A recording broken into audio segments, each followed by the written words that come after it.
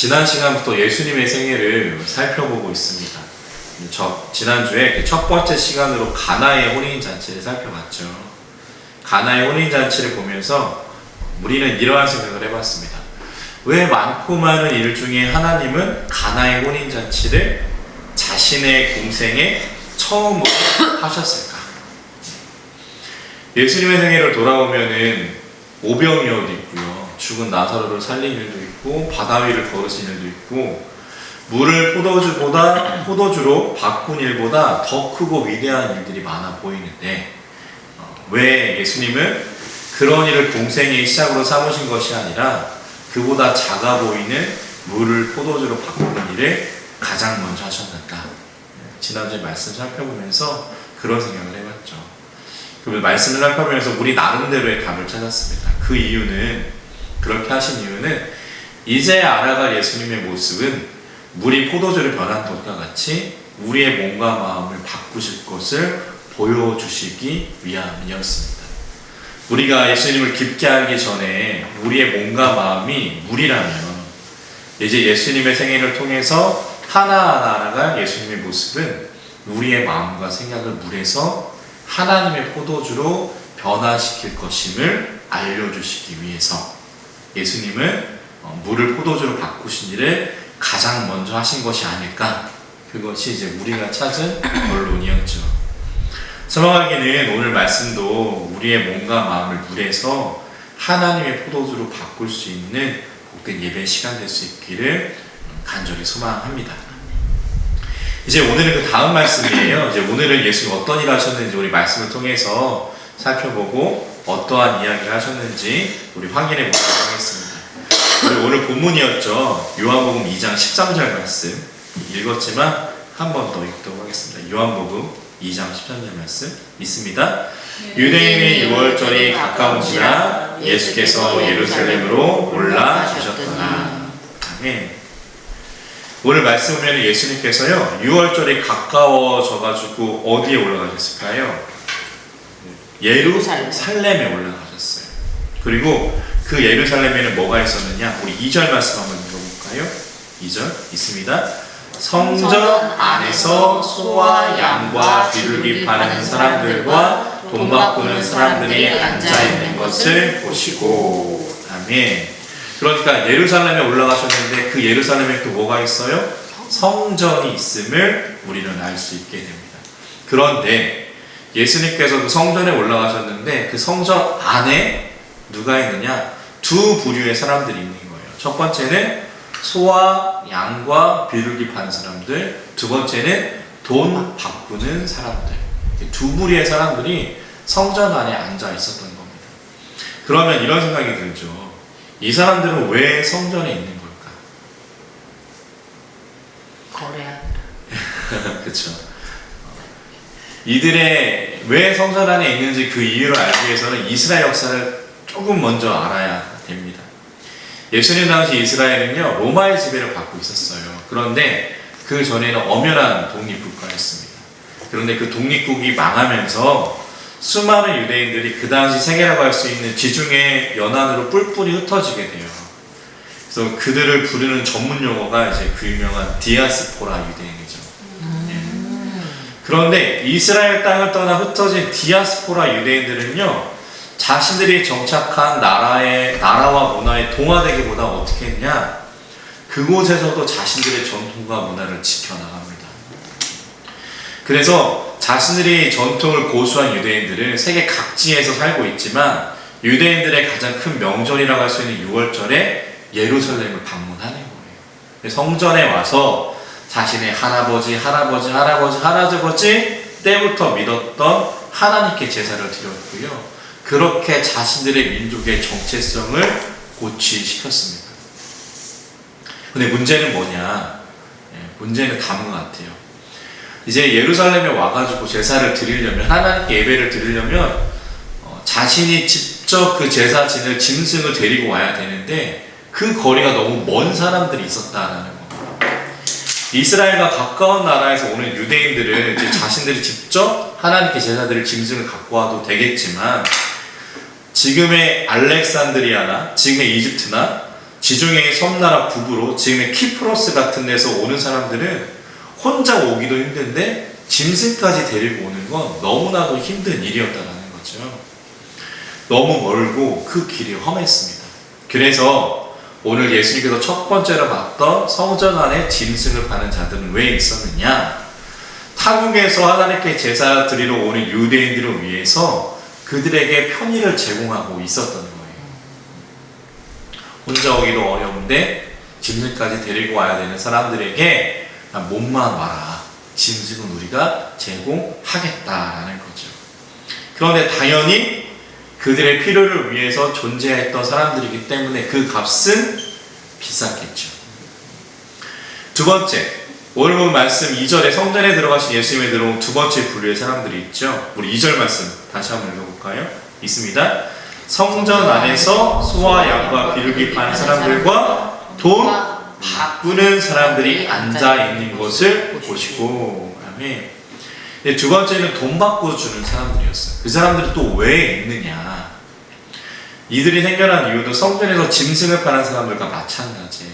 이제 제사를 드리러 예루살렘의 성전에 오게 되는데 들어오는 성인 남자들은 성전세라는 걸 냈습니다. 그런데 중요한 건 뭐냐? 성전세를 이스라엘 화폐로만 받았어요. 그러니까 세계 각국에서 사는 사람들은 그 나라의 통용대로 화폐를 썼을 건데 이스라엘에 와가지고 성전세를 내야 될 때는 이스라엘 화폐만 썼던 겁니다. 그러니까 뭐가 필요해요? 환전이 필요하죠. 환전이 필요한 겁니다. 그래서 자신이 살던 나라의 돈이 아니라 이스라엘 땅에서 사용하던 세겔이라는 화폐로 바꿔야 했기 때문에 그 사람들을 대상으로 환전해주는 사람들이 생겨났던 거고, 당연한 얘기지만 우리 환전하면 수수료 떼죠. 수수료를 받으면서 이 사람들은 환전을 해 주었습니다. 여기까지는 이해할 수 있어요. 어찌됐든 여기까지는 우리들은 마음이 좁지 않기 때문에 넓은 마음으로 이해할 수 있습니다. 그런데 문제는 뭐냐? 우리 본문 2절 다시 한번 읽어볼까요? 2절 말씀 있습니다. 성전 안에서 소와 양과 비둘기 파는 사람들과 돈 바꾸는 사람들이 앉아있는 것을 보시고. 아멘. 그러니까 이 모든 일이 타국에 살아도 자신의 뿌리를 잊지 않고 찾아온 유대인들에게 편의를 제공하는 일이었잖아요. 근데 본문 2절에서 우리가 주목해야 될 부분은 뭐냐? 짐승을 파는 자들, 돈 바꿔주는 자들이 있었던 장소입니다. 어디예요? 성전 안이에요. 성전 안. 혹시 어렸을 적 기차 안에서 물건 이렇게 팔던 카트 기억나시나요? 네. 기차에 이제 앉아있으면 그 철도청 직원분들이 카트 끌고 다니면서 달걀도 파시고 오징어도 파시고 뭐 소세지도 파시고 사이다도 파시고 뭐 과자도 파시고 그랬습니다. 그런데요, 어렸을 적 그때를 생각해 보면은 기차 안에서 무언가를 먹기 위해서는 다른 방법이 없었어요. 지금처럼 뭐 식당 칸이나 자판기가 있는 것이 아니었기 때문에 기차 안에서 무언가를 먹고 싶다면 어디서 사야 돼요? 그 카트가 오기를 기다려야 했습니다. 우리는 그것을 독점이라고 그러죠. 오늘 본문 이전에서 짐승을 파는 자들, 돈을 바꿔주는 자들도 마찬가지였어요. 성전 밖이나 성전 입구가 아니라 상대적으로 입지가 좋은 어디요? 성전 안에 그들이 있다는 것은요, 그들이 상업적으로 굉장히 좋은 자리에서 일했음을 우리에게 이야기합니다. 그런데 그 좋은 입지에서 아무나 할 수 있을까요? 성전 밖은 모르겠는데 성전 안에서 그와 같은 일을 할 수 있다는 것은요, 그 당시 성전을 관리하던 사람들의 승인이 없다면 불가능한 일이었습니다. 성전 밖이나 입구는 그 입구가 아니라 성전 안에서 짐승 팔고 환전해 주던 사람들은요, 그래서 어떻게 해야 됐냐? 자신들의 이익의 상당 부분을 그 당시 성전을 관리하고 대표하던 대제사장과 제사장들과 나눌 수밖에 없었던 거죠. 그리고 그 당시 대제사장들의 주요 수입원 중에 하나가 바로 그들에게 받는 돈이다. 성경학자들은 그렇게 이야기를 합니다. 그런데 그들한테 예수님이 어떻게 하나 한번 보실까요? 본문 15절. 15절 읽습니다. 노끈으로 채찍을 만드사 양이나 소를 다 성전에서 내쫓으시고 돈 바꾸는 사람들의 돈을 쏟으시며 상을 엎으시고. 아멘. 본문 15절에서 예수님이 하신 일은 무엇이냐? 날벼락과도 같은 일이었죠. 성전 안에 있던 동물들 모두 쫓아내시고 환전해주는 사람들의 책상을 엎어버리십니다. 자신들의 재산권을 침해받는 행동이었어요. 당황해하고 있는 그들에게 그런데 예수님이 뭐라고 말씀하시나 볼까요? 16절 있습니다. 비둘기 파는 사람들에게 이르시되 이것을 여기서 가져가라. 내 아버지의 집으로 장사하는 집을 만들지 말라 하시니. 아멘. 16절은 비둘기 파는 사람들에게만 이야기했다라고 하시는데 그게 아니죠. 거기에 있었던 모든 사람에게 하시는 말씀입니다. 예수님이 하신 말씀 뭐예요? 성전 안에서 장사하고 있는 자들한테 근본적인 무릎을 던지시는 거예요. 성전의 기본 정신과 성전의 원래 모습에 대해서 말씀하시는 겁니다. 성전은 사람들의 필요 때문에 있는 것이 아니라는 거죠. 성전은 장터가 아니라는 거예요. 16절의 말씀처럼 하나님이 계신 곳이 성전이다. 예수님은 그렇게 이야기하시는 겁니다. 우리 이어서 본문 17절 마지막 말씀 한번 읽어볼까요? 11절 있습니다.